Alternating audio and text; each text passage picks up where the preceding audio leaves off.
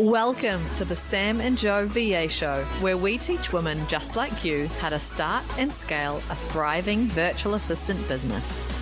We're your hosts, Sam and Joe, and get ready to have the control, flexibility, and freedom you've always dreamed of.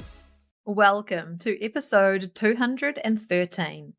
Agency owners and subcontractors, you can all be doing better. You sure can.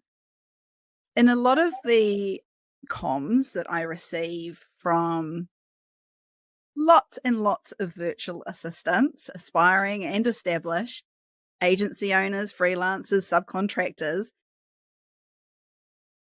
amongst that comms, there's often feedback that I receive from agency owners complaining about subcontractors, their team members, what hasn't gone wrong, what they're not doing right.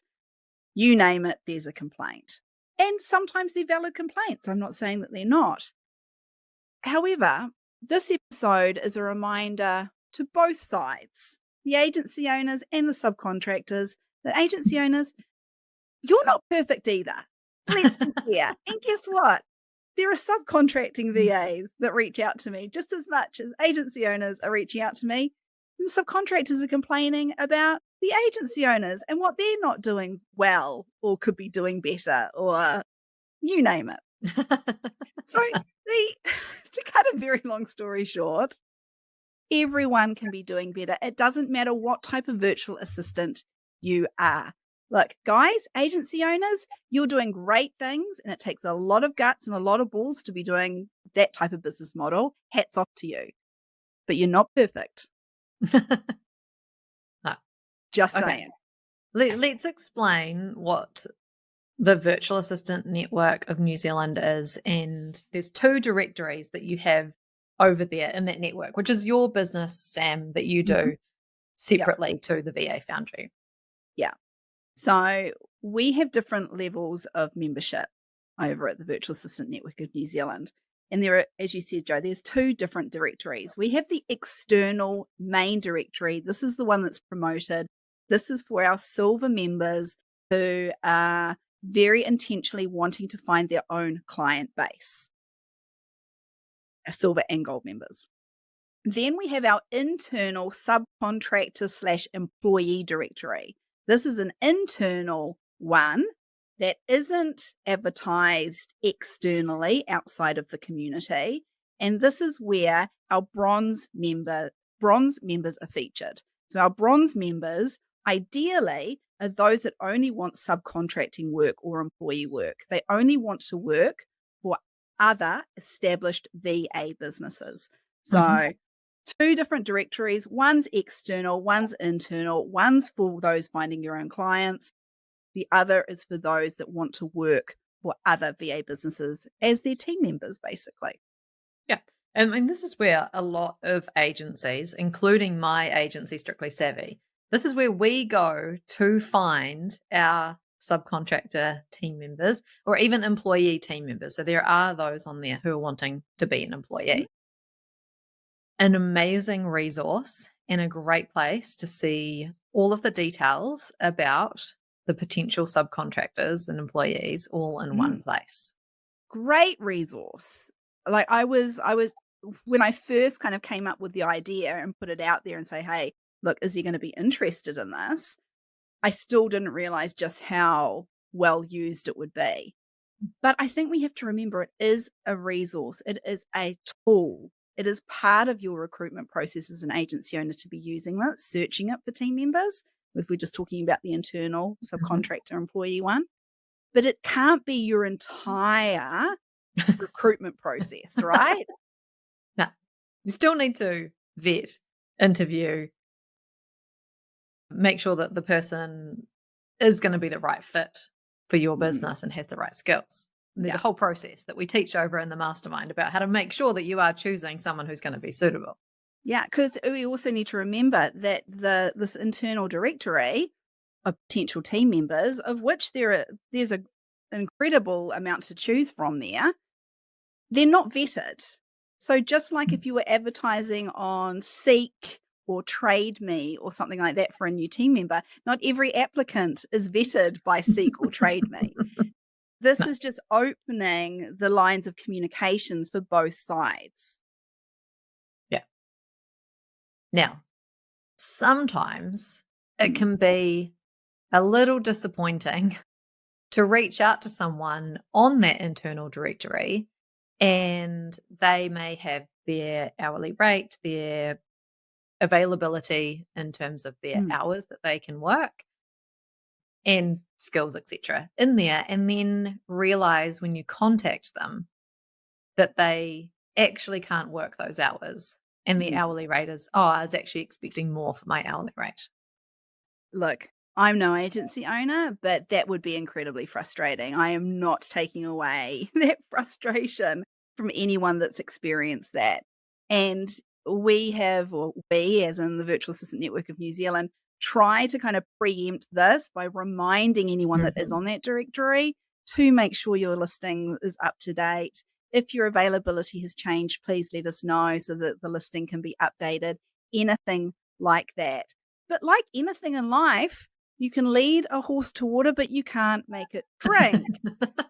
We can't physically do that for them. If somebody is not prepared to be thinking about the consequences of their directory listing being out of date, fortunately, that's out of our hands. Yeah, I mean, this is a simple for those who are on that directory, so you are a subcontractor, or any directory listing that Yes. you have Any. a reoccurring meeting in your calendar or a reoccurring task in your task management tool that says, go and check this, and this listing on these directories and make sure the details are up to date. It's as Yeah. simple as that.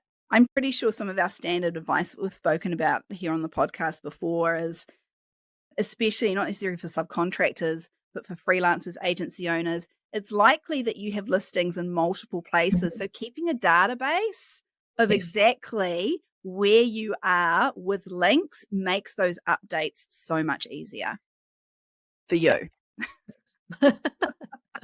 That's not the only frustration that agency owners have using the internal directory sometimes. The other kind of reoccurring feedback that we receive is the communication of some of the bronze members. It just leaves a lot to be desired. And when I talk about the communication, it's mainly, I think, the fact that it's not always timely. Like they're reaching out to a potential team member and this bronze member isn't showing their enthusiasm by getting back to them in a timely manner. Like, if Mhm. you're really interested in work, would you not be getting back like that day? That day or the next day at least. Yeah. What impression are you making, bronze members, Mm. aspiring subcontractors? What impression are you making by not showing your enthusiasm? Well, I know the impression they're making, and it is that I am not responsive.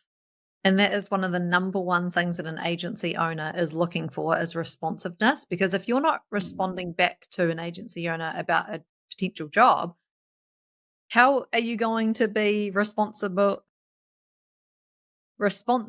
to a Yeah. client when you're doing their client work and they are requesting a task? So yeah, I Mm. mean, and this is not just for bronze members. This is for anyone who is a subcontractor Yeah. reaching out to an agency owner or an agency owner has reached out to you. Like this communication needs to be timely. Yeah. You need to be responsive.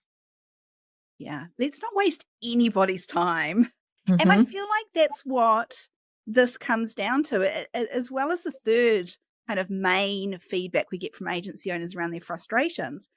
All three, it comes down to just don't waste my time. I don't have the time to waste. And Mm. that's where the frustration is.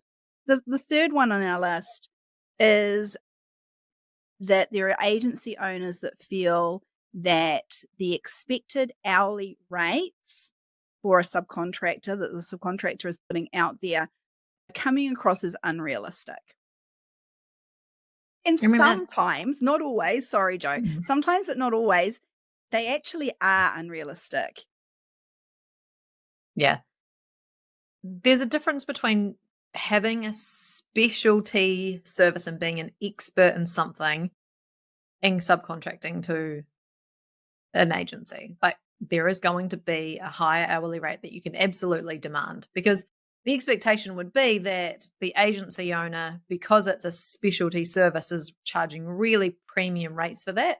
And so has the ability to get the right people in to do that work at a premium subcontractor rate. Mm. But that would be a small percentage of Yes. those who have those specialty skills. Yes. If you're a general virtual assistant subcontractor, then there needs to be realistic hourly rates on your subcontractor listing, or even just when you are having the conversation with your agency. Because the agency has their hourly rates. If your hourly rate is close to what an agency is charging out, there's no margin, there's no profit to be made, there's no point them hiring you at all. So you're actually doing yourself a disservice, because you're not going to get chosen to be a subcontractor because your hourly rate is unrealistic and too high. And this is hard to say, because we advocate for people charging their worth, but we've got to realize that there is a difference between a freelancer and an agency owner going out and finding clients and bringing in those leads and doing all that marketing and managing and owning those clients, as opposed to a subcontractor who comes into the agency and is given client work straight away without them putting in any effort other than connecting with the agency owner and getting hired by them. I've just realized there's something that we haven't got on that list Mm-hmm. that we do hear occasionally, not as much as the three that we've just mentioned, but it's probably getting up there. And that's the agency owners that will get as far as having an interview with a potential new team member. And it's always with those that are brand new to the VA space. And it's around their actual availability, or maybe their unrealistic expectations of what it is to be a VA subcontractor. Do you think that could be it? Some unrealistic expectations. Yeah. It's the, like, going to an agency owner and saying, yeah, sure, I can do 25 hours a week, no problem. And having a further conversation about the type of client that you're working for. Maybe it's an EA kind of service, and this client has an expectation that the hours will be done during kind of work hours. And if you're doing 25 hours, 5 hours a day, be expected that you did that maybe in school hours, something like that. But then when it comes down to it, the client is assigned to the subcontractor to look after, and then the work just doesn't get done during the day, and then they're just not available, don't pick up their phone, and then maybe a few things get done at night and then on the weekend, and that's really not okay. Yeah, and there's definitely been situations, we've heard stories of those very new to the VA space. They're at home with young kids. They've never worked remotely before, and there's this unrealistic expectation that they're going to be very productive with literally having little ones under their feet. Oh, I wish. Like, I've been that mum at home doing VA work as well. However, being that mum at home doing VA work, I was never a subcontractor. So I could make my own hours. I was never letting anybody down in terms of when I was saying I was available and then not. Yeah. And I mean, we know that as a subcontractor, you still get to choose your hours to a point. Like, there can't be any expectation of the agency having you turn up to work and be online from 9 till 3 every single day.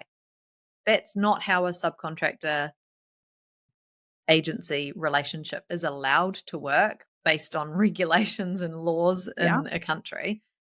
However, there can be an expectation that this work, 25 hours, will be done during kind of normal office hours. Yes. Yes. And I feel like that's fair with certain services. Yeah. Yeah. So as a subcontractor, don't go in either lying about when you are going to be available, or expecting that you can be available, but that your kids, your toddlers, they don't just like go and play in the next room all day Yeah. or for even an hour solid, that be realistic about what you can commit to as a subcontractor. Get some support around you, have some help with your children. Be realistic, be honest Yeah. about when and how you are going to be working. And of course, there's also situations that have been shared around potential team members ghosting the agency that's interviewed them. Just disappeared. Oh my God. Bye. Bye. No, this just triggered me. Oh, I've hired subcontractors before and then gone to have the handover with the client or even just tried to call them to talk to them to get started, and I can't get hold of them. Like, they don't turn up to the handover. not cool. Not cool. Worst situation ever because you go through all this effort, Yeah. you've got it planned, you've told your client what is happening, you've been named, you've been announced, and then now I, as the agency owner, have to go and explain what has happened. Yeah. Please don't ghost your agency owner. If something's happened, if you had a death in the family, if you have holiday or unexpected sick kids, anything, you must tell your agency owner. It's not going to be a deal breaker necessarily. It's Mm, be a deal breaker if you don't say anything. mm. Let them know what's happening because then they can plan and figure out what they need to do to look after the clients to make things to work. Yeah, look, no one's perfect, right? We're all human beings. There's mistakes happen. Sometimes you're going to have team members that you hired them, you've onboarded them, whatever, with employees, subcontractors, it doesn't matter. Team members, sometimes they're going to let you down. And it's so disappointing when it does, right? It's going to happen though. Like this is part of managing a team. However, I would imagine that is twice, 3 times, 10 times more frustrating when they are letting you and the clients that they are supporting down when it's something that could be avoided. Like it's something unprofessional. It's Just a lack of communication lack of communication, is often what it comes down to. lack of skills, not meeting up to what I've Yes. said. Yeah, that's another one. Yeah, don't overinflate your skill level. Like as a woman, I feel like we most of the time do the opposite where we downplay things, but then there are some who will play their skill level just to get the job or get the work.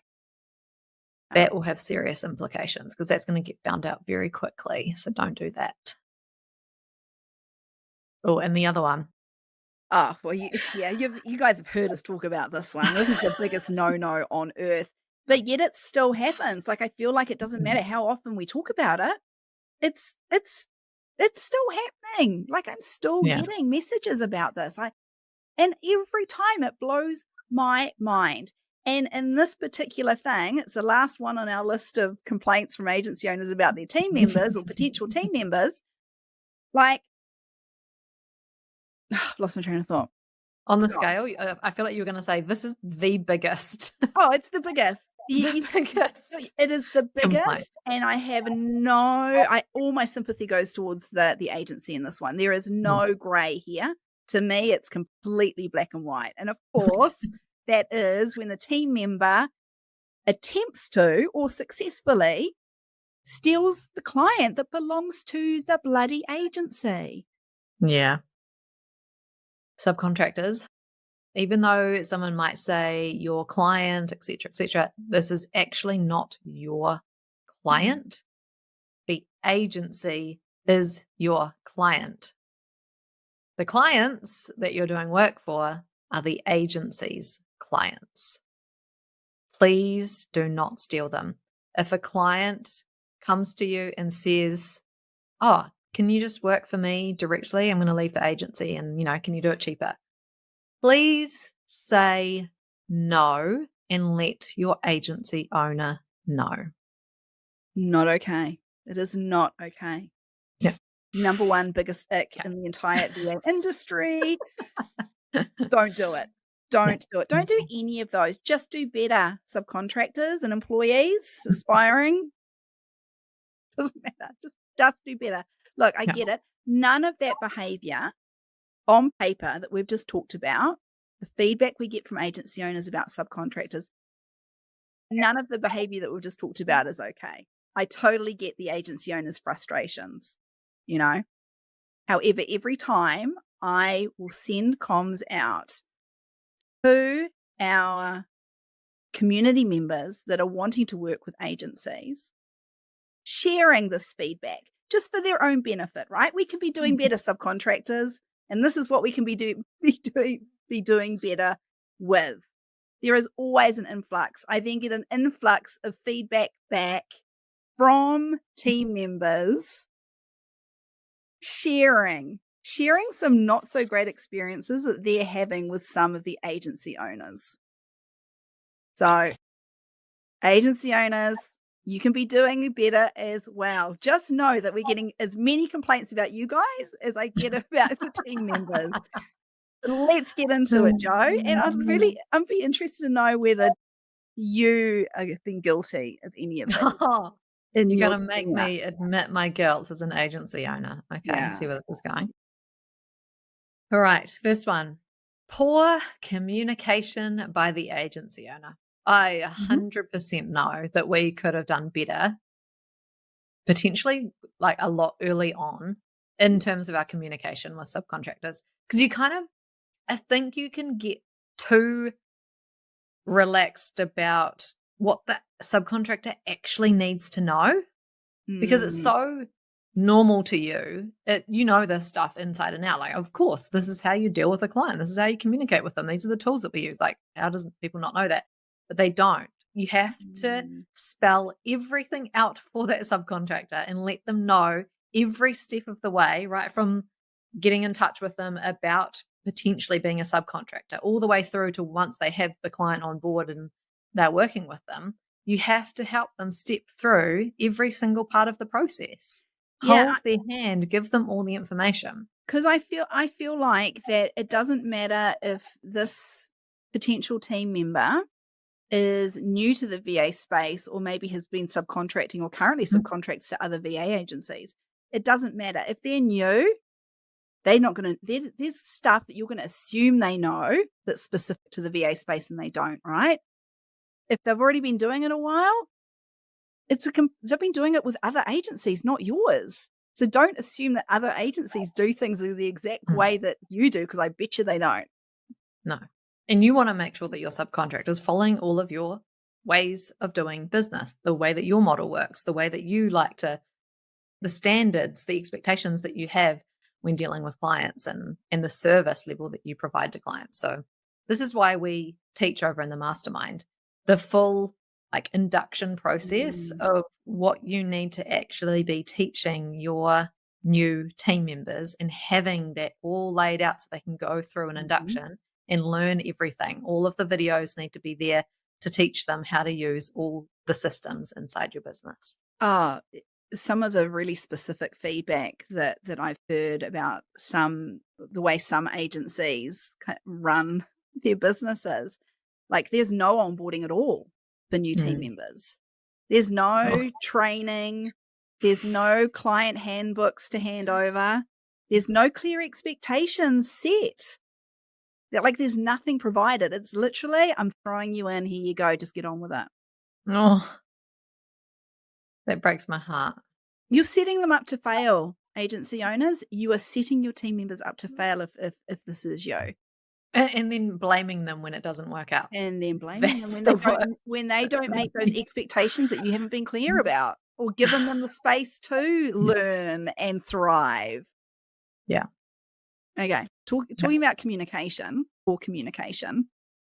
just like there are agency owners that struggle with aspiring team members that ghost them, have the interview and then disappear, for instance. Agency owners are doing it as well. Like, Or they're Oh, I've reaching totally out. done that. They're reaching out to someone saying, "Hey, look, love to talk to you about whether or not you'd be a great fit for our team. Thinking about, we're growing right now. We'll be growing in the very near future." And then nothing, then crickets. Or has the interview and then doesn't reach out and let them know whether they were successful or unsuccessful. Definitely done that. And you know what it comes down to? You just get busy. Get busy. You get busy and you don't think about the consequences of that for the other person, because they may have their hopes up Yeah. about, oh, right, I'm going to be able to bring in this money for my family. It's going to start very soon. I can start planning and thinking about what that means. And agency owners, I guarantee you have been in those shoes. You have been waiting on tenterhooks to hear back from an interview at some point in your life. I guarantee it. Yeah. Remember how that felt. Remember how that felt. Do better. Yeah. My agency does better now because it's not me responsible for that. Oh my gosh, this next one. Woo! Far out. Yep. Mhm. Seen this. Yeah. Agency owners offering below minimum wage hourly rates to subcontractors. Yeah. And I'm going to put it out there. Not always, but a lot of the VA agencies that are complaining about these high expectations of team members, a lot of the time they're the ones that are actually the low paying agencies. Not always, don't get me wrong, but sometimes they are. Agency owners, go and have a look what minimum wage is in your country, and please do not ever offer to pay someone below that minimum wage. Like, we need to keep every year, we need to be recalibrating our expectations about not just our hourly rates we're charging clients, but the hourly rates that we are paying contractors or expecting people to work for us for. Like, we need to be shifting those expectations each year. So your subcontractors, you cannot be thinking about them like employee hourly rates. They need to be much higher. They have their own kind of things that they need to pay for. They're expected to pay in New Zealand, their ACC. They will get a bill for that. There's things that they must pay out of that hourly rate that an employee gets given on top of. Do better. Do better. Yeah. Okay, there's one last item on our list of common feedback I receive from team members about agency owners. And just like on our list of no-nos for team members, at the top of that list is stealing clients. This one is the biggest no-no in my mind. You might have a different one. This is my biggest no-no in terms of what we hear agency owners doing. Like, there's no gray area here. And that is when the agency owners aren't paying their team members on time. You would never do this as an employer of employees. No. So why are you thinking it's okay to do this to your subcontractors who rely on this money, oftentimes for their family, for their mortgage, for all of their living expenses? They have weekly bills just like you do. So please make paying them a priority. And here, I think there's Breaks my heart. those who say, I cannot pay my team members, have a broken business model and a broken process for how they charge, invoice, and follow up their clients to pay bills. So you need to be charging in advance, getting that money in before you are expected to pay your subcontractors.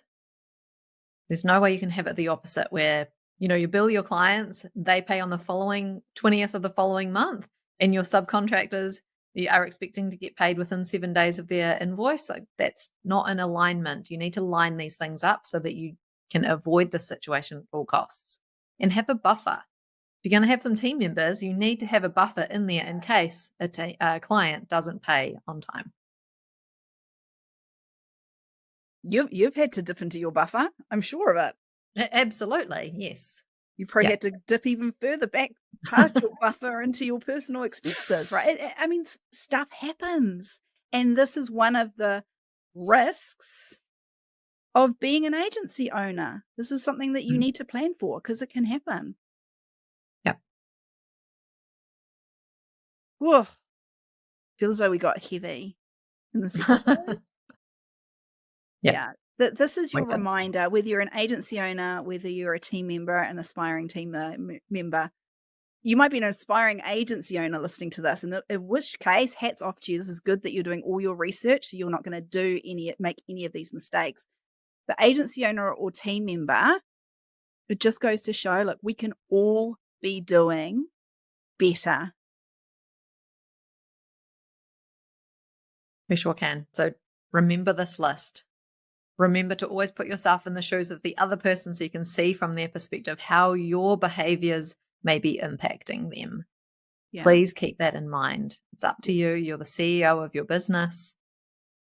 Whether you're a subcontractor or an agency owner, you are the CEO of your business. You are both in business. So please do better to support each other. If you want to check out the Virtual Assistant Network of New Zealand, we will drop the link down below so that you can get on those directories, and we will see you next time. Thanks for listening to this episode of the Sam and Joe VA Show. If you'd like to find out more, head to the VA Foundry website to check out the mastermind and the amazing resources, courses, and coaching.